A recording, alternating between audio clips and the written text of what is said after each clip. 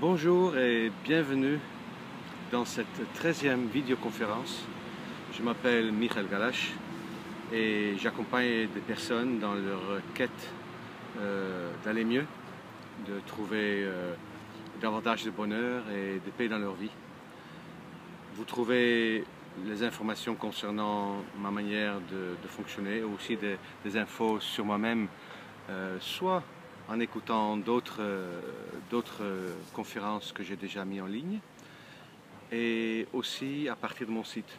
Vous pouvez me contacter à partir de la page contact de mon site www.michaelgalash.com.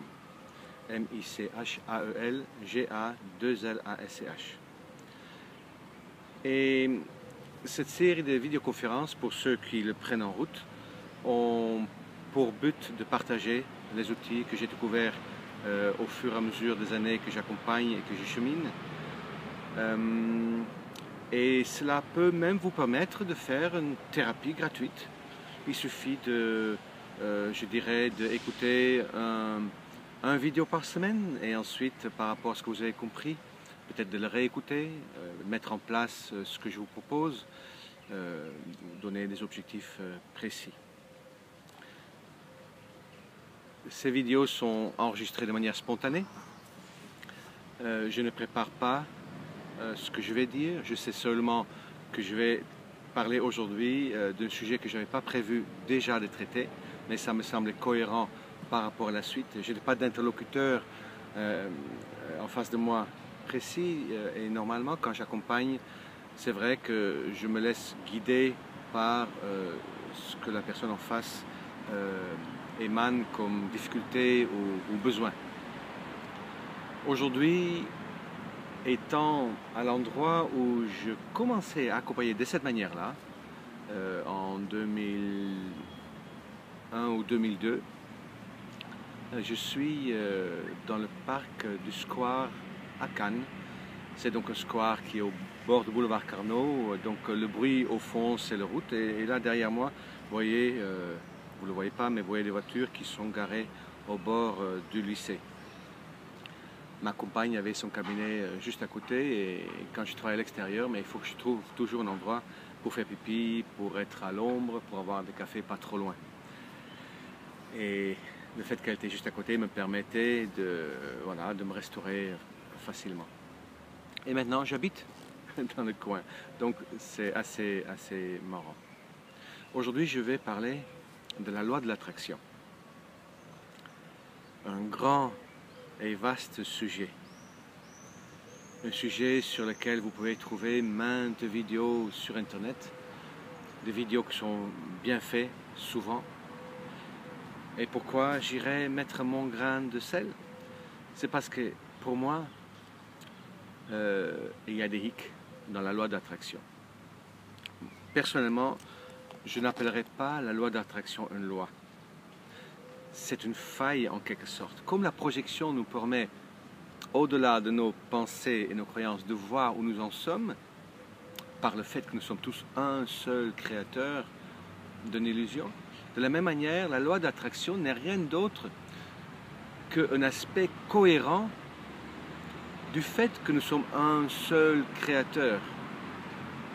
C'est la cohérence absolue du fait qu'il n'y a pas de réalité matérielle proprement dit. Il n'y a rien de solide. Il y a quelqu'un qui a dit, et je me souviens pas de son nom parce que je vous dis ça, j'ai gardé l'essentiel, qui a dit « Je pense donc je suis ». Nous sommes une grande énergie pensante. Et la pensée de cette énergie agence l'énergie même d'une telle manière, pas que ça devienne matière, non, mais pour que les parties plus condensées puissent percevoir cette énergie, cet agencement, cette fréquence dans laquelle ils se sont mis, pour qu'ils puissent le percevoir dans une forme, une couleur, et même avoir l'impression de toucher, puisqu'il y a une même gamme de fréquences, et deux fréquences ne se mélangent pas. Donc c'est vraiment, de mon point de vue, une illusion j'ai dit que c'est mon point de vue pour ne pas créer une polémique, mais n'hésitez surtout pas à polémiquer là-dessus, c'est important. Et plus que vous serez convaincu de ce que je dis, plus facile ça sera pour vous. Puisque comme je vous ai dit dans une autre vidéo, nous n'avons qu'une seule liberté fondamentale et c'est la liberté de nos pensées. Nous pouvons choisir nos croyances. Moi, je n'ai pas choisi vraiment le mien, il m'était venu à partir d'un éveil, c'est comme un boom, une évidence qui a fait péter tous les circuits à l'intérieur de moi et quand ça s'est rebranché, mais je savais que c'était comme ça, de l'intérieur. Je n'ai seulement jamais osé en parler en public. Et vous savez bien, là où il y a la peur, il n'y a pas l'amour. Et c'est le premier hic, je dirais, de la loi de l'attraction. Il y en a plusieurs. C'est que la vie veut déjà nous amener vers notre réalisation. C'est peut-être une supposition que je fais. Ok. Et bien sûr, même si je le constate chez tout le monde, ça peut être toujours la manifestation de ma pensée autour de moi. Ok. Donc ça engage que moi ce que je dis, même si je parle de manière très générale. Mais moi je dis, la vie nous amène déjà à notre bonheur. Et la seule chose que nous avons à faire, c'est d'arrêter d'être l'obstacle à cet élan de vie. C'est tout l'enjeu. Parce qu'elle nous amène en fait vers l'unité, vers l'amour, vers l'absence de peur. Et nous, justement, parce que nous sommes dans la dualité, nous avons peur. Et nous allons résister à cet élan naturel des choses. Donc ça, c'est le premier hic, c'est-à-dire que vous pouvez avoir une intention personnelle pour vous, mais la vie en a déjà un pour vous. Qui va gagner à votre avis? Si vous voulez un Ferrari rouge, et la vie a décidé que vous aurez un Renault bleu, mais vous aurez le Ferrari rouge si vous appliquez bien la loi d'attraction. Vous l'aurez, mais il va falloir faire un sacré effort pour l'obtenir, puisque la vie a décidé que vous avez besoin de ce Renault bleu. Pourquoi? Parce que le chemin que la vie vous demande de faire pour aller vers l'amour, c'est de sortir de votre peur. Et donc le deuxième hic, en fait, qui se colle à ça, c'est que toute manifestation de vouloir autre chose de ce que vous avez peut venir soit de la peur, soit le fait que vous n'êtes pas content. Et que ce soit la peur ou le fait que vous ne soyez pas content avec ce que vous avez, ce sont deux manifestations que vous amenez avec vous et qui montrent la croyance derrière la croyance. Ok, vous avez bien compris, avec la loi d'attraction, vous pouvez obtenir ce que vous voulez si vous y pensez très fort. Mais pour maintenir l'illusion que nous avons mis en place, cette loi fonctionne sur la pensée derrière la pensée derrière la pensée, c'est-à-dire ce que vous croyez vraiment au fond de vous être la réalité. Et si au fond de vous, vous croyez que vous ne méritez pas, que vous n'êtes pas capable, que c'est impossible, que vous allez de toute façon jamais arriver, que ça arrive jamais, mais cette croyance qui va gagner, quoi que vous fassiez, parce que c'est comme ça que la vie maintient sa réalité illusoire en place. Et il faut avoir une sacrée volonté pour mettre la loi d'attraction en place telle que ceux le font. Et je dis aussi que c'est facile de parler de la loi d'attraction quand vous êtes riche ou quand vous êtes en parfaite santé ou vous avez l'impression d'avoir trouvé l'amour de votre vie. C'est très facile de parler de maigrir quand vous êtes déjà mince. J'étais prof d'aérobic et c'est vrai que j'utilisais le fait que j'étais bien bâti, peut-être pour faire croire que c'était le sport qui m'amenait à ça. C'était pas vrai. C'était pas vrai. Mon corps était bâti comme ça. Et le sport m'a permis peut-être de mieux faire que le muscle soit saillant ou quelque chose comme ça. Mais j'étais déjà bien fait en tant que jeune homme. C'est facile de parler de la loi d'attraction si vous avez déjà ce qu'il vous faut. Et une autre catégorie qui en parle, c'est ceux qui ont peut-être fait ce que la vie voulait d'eux. Et donc, bien sûr, ils ont goûté à la loi d'attraction. C'est comme je dis, c'est que s'ils ont voulu le Renault bleu et qu'ils l'ont eu, mais ils reconnaissent la loi d'attraction. Donc, ils vont en parler de manière positive. Mais essayez d'obtenir le Ferrari rouge si la vie veut un Renault bleu. Et bien sûr, ça colle aussi, donc, c'est pas hermétiquement séparé tous les hicks, mais un grand hic qui se colle à ça, c'est le fait qu'à partir du moment que je décide de vouloir quelque chose, mais c'est mon ego qui le veut. Et mon ego, c'est pas de celui-là que je veux faire l'expérience. Je suis venu faire l'expérience de ce que je suis vraiment. Et pas de faire l'expérience de mon ego. C'est mon ego qui veut autre chose. Et bien sûr, ça colle encore à un autre hic. Je m'exprime peut-être pas très correctement de manière française, collé à un autre hic. Mais l'hic suivant, c'est que à partir du moment que vous voulez quelque chose, par exemple, imagine que je suis intérieurement un homme violent et je veux créer de la douceur et je veux changer mon extérieur et je projette douceur, douceur, douceur, douceur. Si la violence est à l'intérieur de moi, même si elle est enfouie, mais je vais obtenir bien sûr la douceur, mais pour le garder, je pense sérieusement qu'il va falloir faire un effort toute ma vie pour le maintenir. Alors, là c'est intéressant, c'est mon téléphone qui sonne. Alors je vais juste le mettre en veille.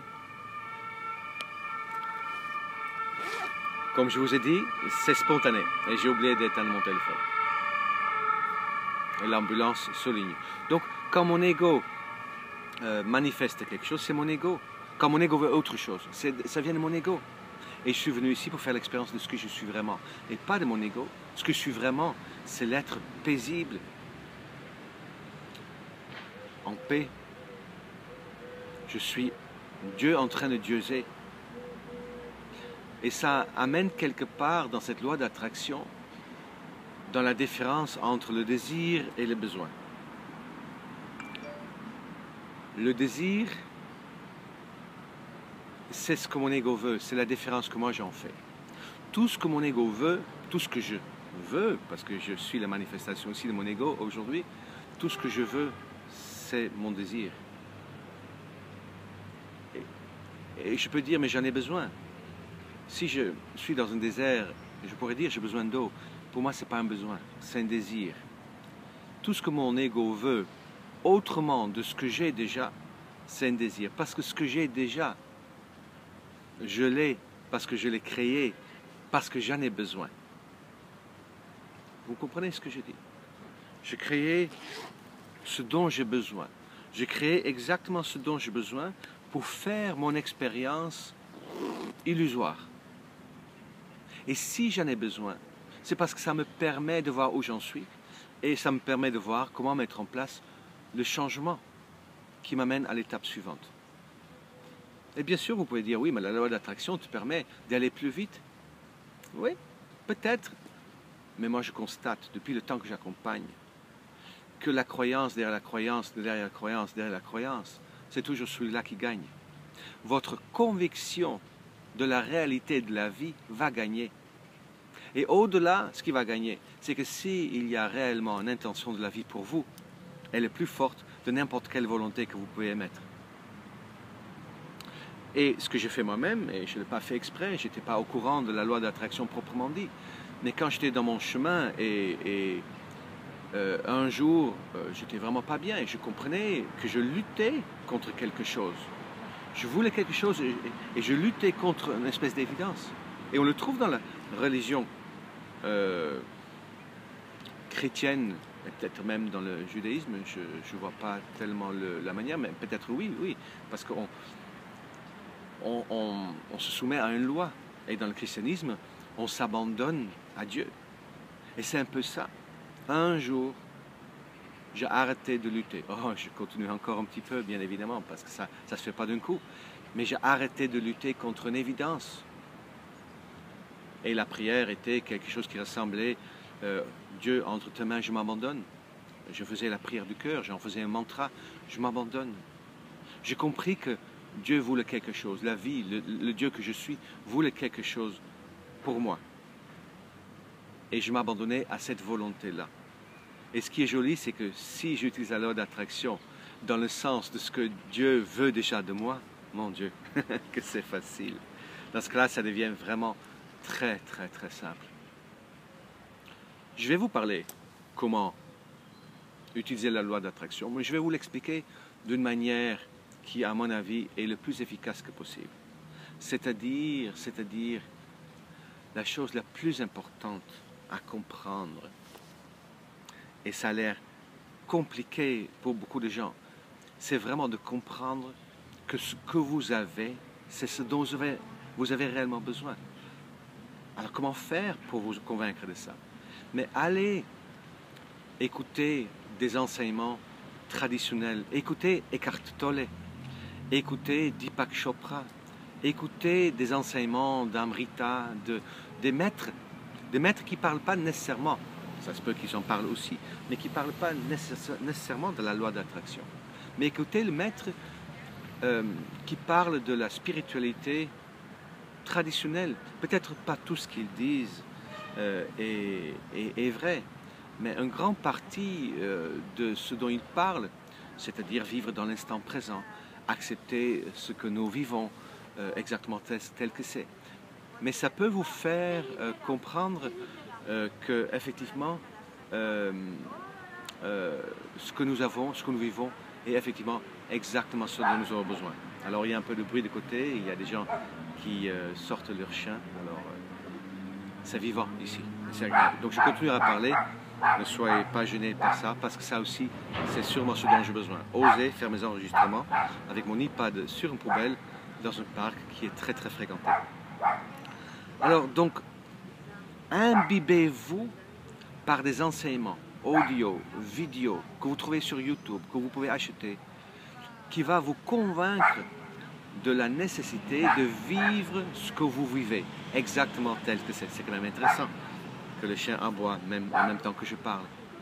J'en ai vraiment besoin de parler plus fort que lui. En plus, il aboie parce qu'il y a d'autres chiens qu'il ne connaît pas. C'est un peu mon histoire. La deuxième chose, c'est dans la loi d'attraction, il parle de comment faire. Et je vous dirais, écoutez tous ces enseignements, pas nécessairement par rapport à la technique, mais pour acquérir la certitude que vous êtes créateur de votre vie. Vous pouvez utiliser les techniques si vous le souhaitez, pourquoi pas. Mais je dirais, faites deux choses. Imbibez votre subconscient de la conviction que ce que vous avez est exactement ce dont vous avez besoin. Et deuxièmement, du fait qu'effectivement, avec votre croyance profonde, vous pouvez changer votre réalité. Et à partir de là, vous êtes dans la cohérence spirituelle et de la cohérence par rapport à la loi d'attraction. Parce que le secret derrière le secret c'est un des films qui traite de la loi d'attraction. Mais le secret derrière le secret, c'est justement de comprendre, d'être déjà heureux, de se sentir aussi bien que possible ici et maintenant.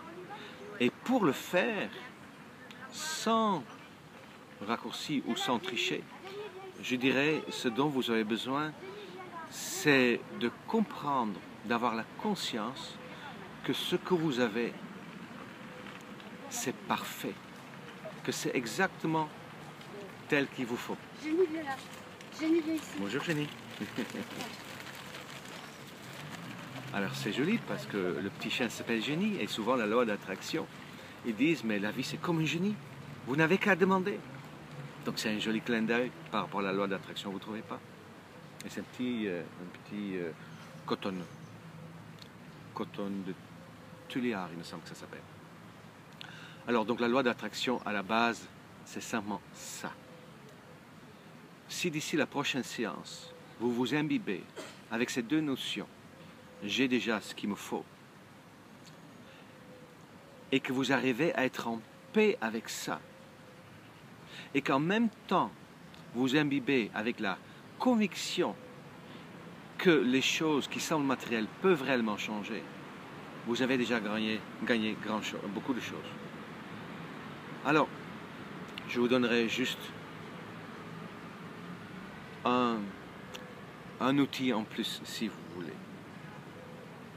une cohérence par rapport à l'unité et la loi d'attraction. Si vous savez que ce que vous avez est parfait, et si vous savez que la vie vous amène déjà à la réalisation, à votre bonheur, et que vous avez juste à arrêter de résister. Mais la première chose que je vous dirais, par-dessus les 2 missions que je vous propose, bien évidemment, c'est dites oui à la vie. Arrêtez de résister. À partir d'aujourd'hui, avec ces 2 enseignements que je vous propose, regardez en même temps le film Yes Man. Je m'appelle comme ça plus le nom du comédien. Je le vois bien, il est très fort et j'aime beaucoup. Et ça va sûrement revenir après la vidéo. Yes Man, un homme qui ne se donne plus le droit de dire non. Faites pareil. Dites systématiquement oui à ce qui vous arrive. Même à des choses que vous n'avez pas envie, même si c'est loin, ou si vous êtes fatigué, ou si ce ne sont pas les gens qui vous intéressent. Dites oui. Commencez à comprendre que la vie vous amène quelque part où c'est bon. Et déjà, c'est un outil magnifique si vous voulez changer quelque chose dans votre vie. Si vous voulez changer quelque chose dans votre vie, commencez à dire oui à ce qui se présente. Plus tard, on viendra sur le fait d'être un vrai oui, hein, parce qu'il y a des hicks là-dessus aussi. Mais commencez avec ça. Et dans la vidéo suivante, je vais parler davantage de la loi de l'attraction, parce que je suis arrivé à peu près 20 minutes de mon enregistrement. 3 missions vous avez. Laissez l'espace entre cette vidéo et la suivante pour que vous puissiez appliquer et intégrer un tout petit peu. N'enchaînez pas les vidéos l'une après l'autre, sinon ça devient des cours de philosophie. Et si vous ne donnez pas le temps d'intégrer et de mettre en place, je serai juste un intervenant parmi les autres. Je vous souhaite une très belle journée et je vais arrêter l'enregistrement pour commencer tout de suite le suivant.